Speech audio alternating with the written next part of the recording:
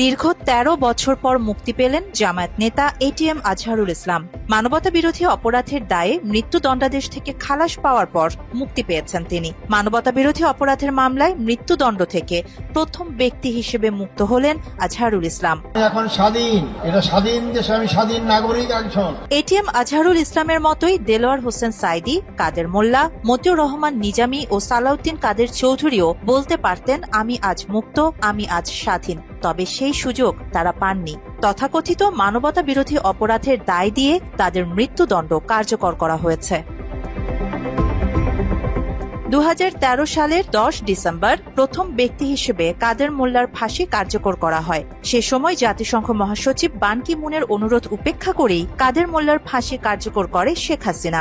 জাতিসংঘের secretary general বান Ki Moon phone করেছেন কাদের মোল্লার যেন ফাঁসি না হয়। মুক্তিযুদ্ধ চলাকালীন কাদের মোল্লা তার গ্রামে কোনো গণহত্যায় সহযোগিতা করেনি, এমনকি মানবতা বিরোধী অপরাধে তিনি জড়িত ছিলেন না বলে জানিয়েছেন তার গ্রামের সাধারণ মানুষ। পাশাপাশি কাদের মোল্লাকে যারা মুক্তিযুদ্ধের প্রশিক্ষণ দিয়েছিলেন তারা স্বীকার করেছেন কাদের মোল্লা মুক্তিযুদ্ধে অংশ নিয়েছিলেন।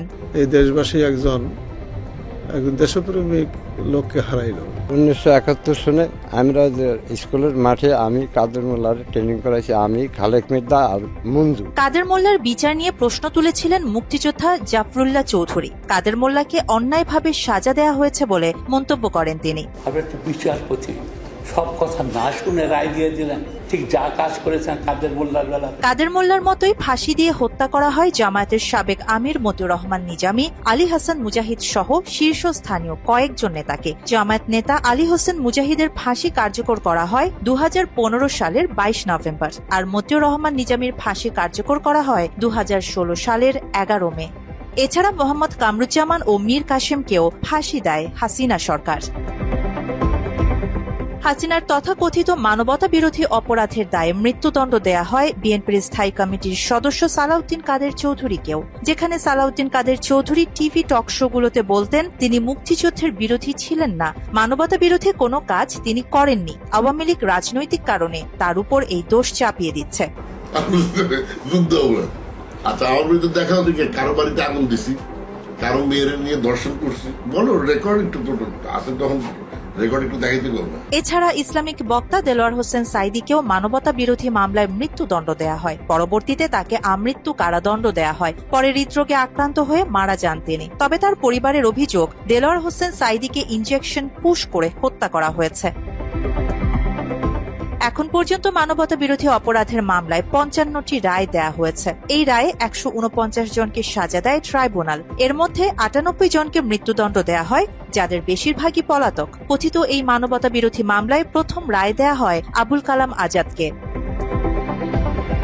আবুল কালাম আজাদকে পরিকল্পিতভাবে মৃত্যুদণ্ডের আদেশ দেয় হাসিনার মদতপুষ্ট বিচারকরা। তিনি মানবতা বিরোধী কোনো কাজে যুক্ত ছিলেন না বলে জানিয়েছে তার গ্রামের মানুষ, বরং তিনি মানুষের সেবায় কাজ করতেন বলেও জানা যায়। ১৯৭১ সালে তার এ পর্যন্ত আমরা মৌলানা সাহেবের বিরুদ্ধে কোনো অভিযোগ আমাদের মুরব্বীরাও বলে নাই, আর আমরাও শুনিনি।